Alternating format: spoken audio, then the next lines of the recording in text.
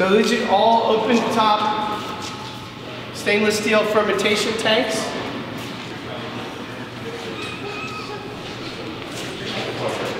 So we have 3 bladder presses out there.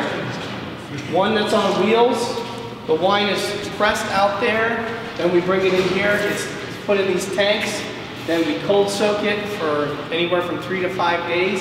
One of the things that you're gonna, that I would like to highlight for you in the tasting is one of the things that we did differently is we have backed away from the manual punch down, which is this machine that punches down the skins and touch the juice. And we don't run short on color and tannin up here as it pertains to our Pinot, but what we do leave on the table sometimes is elegance. We have big, masculine, intense Pinot that ages really well, but we sometimes want some supple, more Burgundian type flavors. And so one of the things that Gianni's really been able to introduce is this process of a gentler pump over, where we just essentially attach a hose to the bottom and just pump the free run juice over that cap of skins. And so you're still getting a lot of color and tannin out of the skins, you're just not doing it so violently, right? And we don't run short on color. And what that does is that gives us more of a supple, rounder bounce, and I think you'll be able to really taste that in the 16s.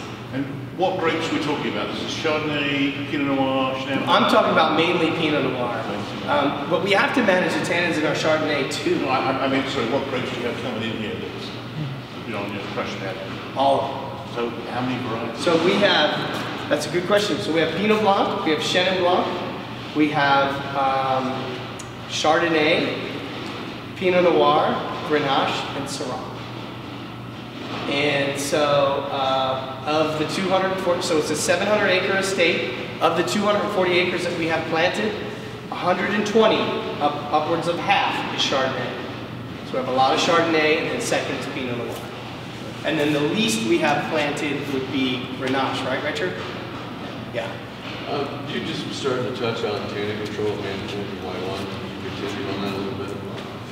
Sure. Tannin control and white wine management. On the white wines, yeah. Well, so our Chardonnay grapes are strikingly small. Same thing with our Pinot. So we have a naturally larger surface skin than we do the juice inside. So what we have to do is we have to make sure that we manage those tannins, so because otherwise we'll have a really intense wine, specifically with the Pinot. So we've done pump over on the Pinot instead of a manual punch down. And yeah, and then so for the Chardonnays, Richard, do you know what we're doing different for the Chardonnay? Well, the whole cluster pressing. Whole cluster, and okay. Selling it out, and now they're probably only 20% of the salt when they do the whole cluster, so you don't need to sell it over a week and go through the lease filter. He takes it and he sells it overnight or maybe another day, and then just takes off the fruit. There's not enough. So that's the main thing. All right, so tank room, and I should open that garage, but there's just a couple of presses out there.